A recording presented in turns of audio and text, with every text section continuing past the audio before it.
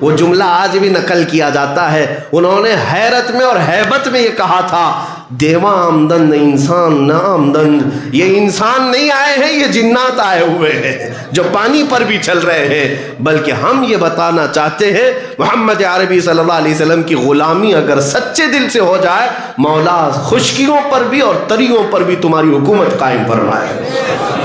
انہی کا تو نعرہ تھا ٹل نہ سکتے تھے، جنگ میں اگر اڑ جاتے تھے، پاؤں شیروں کے بھی میدان سے اکھڑ جاتے تھے. حق سے سرکش ہوا کوئی تو بگڑ جاتے تھے.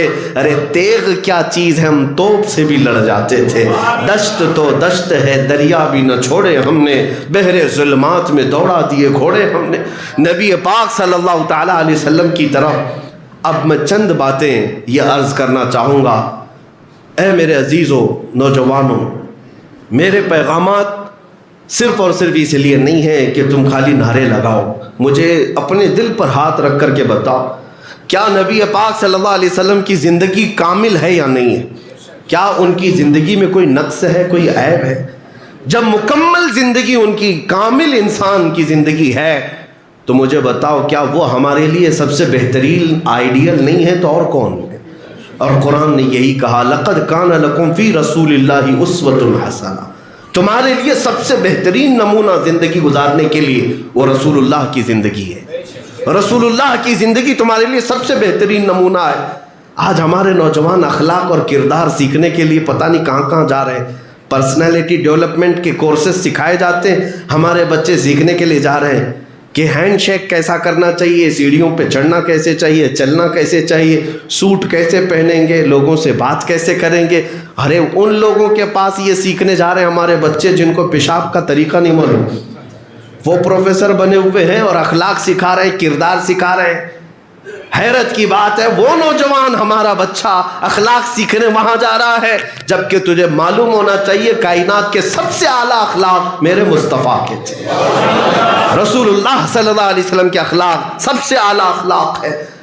پورے یہ میرا اپنا دعویٰ نہیں، آپ دوسروں کی کتابیں اٹھا کر پڑھ لیں. انگریزوں نے بھی لکھا ہے، کرسچنوں نے بھی، یہودیوں نے بھی لکھا ہے.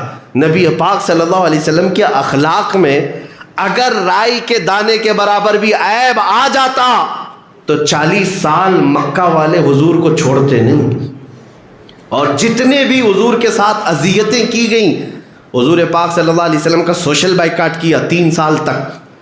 3 سال تک ملنا جلنا مکہ والوں نے بند کر رکھا تھا.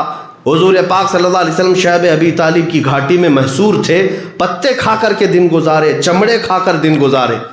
یہ تکلیفیں بھی دی. رسول اللہ کے غلاموں کو انہوں نے مارا ہے، پیٹا ہے، جلایا ہے، سب کچھ کیا ہے. لیکن پوری کتابیں اٹھا کر کے مجھے دکھاؤ رسول اللہ صلی اللہ علیہ وسلم اور ان کے غلاموں کے ساتھ اتنی بربریت کرنے والے مکہ والوں نے کبھی میرے آقا کی زندگی پر ایک بھی اخلاق کے خلاف اعتراض کیا ہو یا سوال کیا ہو؟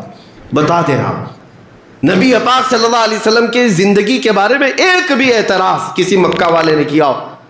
یہاں تک کہ ابو سفیان جو حضور صلی اللہ تعالیٰ علیہ وسلم پر ایمان لائے وہ نہیں تھے، نجاشی بادشاہ کے پاس بہت لمبا مکالمہ چلا ہے. صحابہ جو ہے ہجرت کر کے پہلے حبشہ گئے تھے، ایتھوپیا گئے تھے. 70 صحابہ مکہ چھوڑ کر پہلے مدینہ جانے سے پہلے ایک اور ہجرت ہوئی ہے. وہ ہجرت کہاں کی تھی؟ ایتھوپیا، حبشہ کی ہجرت تھی. حبشہ کا جو بادشاہ تھا نجاشی، وہ عیسائی بادشاہ تھا اور رحم دل تھا، ہر ایک کو پناہ دیتا تھا. صحابہ وہاں گئے. اب جب وہاں گئے تو مکہ والوں کو پتہ چلا کہ رسول اللہ کے صحابہ مکہ چھوڑ کر کے نجاشی کے یہاں گئے ہیں. تو یہاں سے ابو سفیان اور 2 لوگ پیچھا کرتے ہوئے وہاں بھی پہنچ گئے. اور بادشاہ سے ان کے اچھے تعلقات تھے، بڑے پیسے والے تھے ابو سفیان. جا کر کے بادشاہ سے کہا ہم آپ سے پرسنل بات کرنا چاہتے ہیں. تو جا کر کے نجاشی نے جب موقع دیا تو ابو سفیان نے سب ان کی شکایتیں لگائی. کیا کہ مکہ سے ایک قافلہ بھاگ کر کے آیا ہے، وہ ہمارے خاندان والے ہیں جو اپنا دین چھوڑ چکے ہیں اور وہاں پر فتنہ پھیلا رہے ہیں، لہٰذا آپ ان کو حبشہ میں رہنے کی اجازت ہرگز نہ دیں، ان کو واپس مکہ بھیجیں. کیوں؟ ان کو مارنا تھا نا، مکہ والے مارتے تھے، وہ غریب صحابہ تھے. تو نجاشی رحم دل کے ساتھ ساتھ عادل بھی تھا. اس نے شکایت تو سن لیا اپنے متر کی جو تجارت میں پارٹنر بھی رہے ہوں گے یا بڑے پیسے والے تھے ابو سفیان.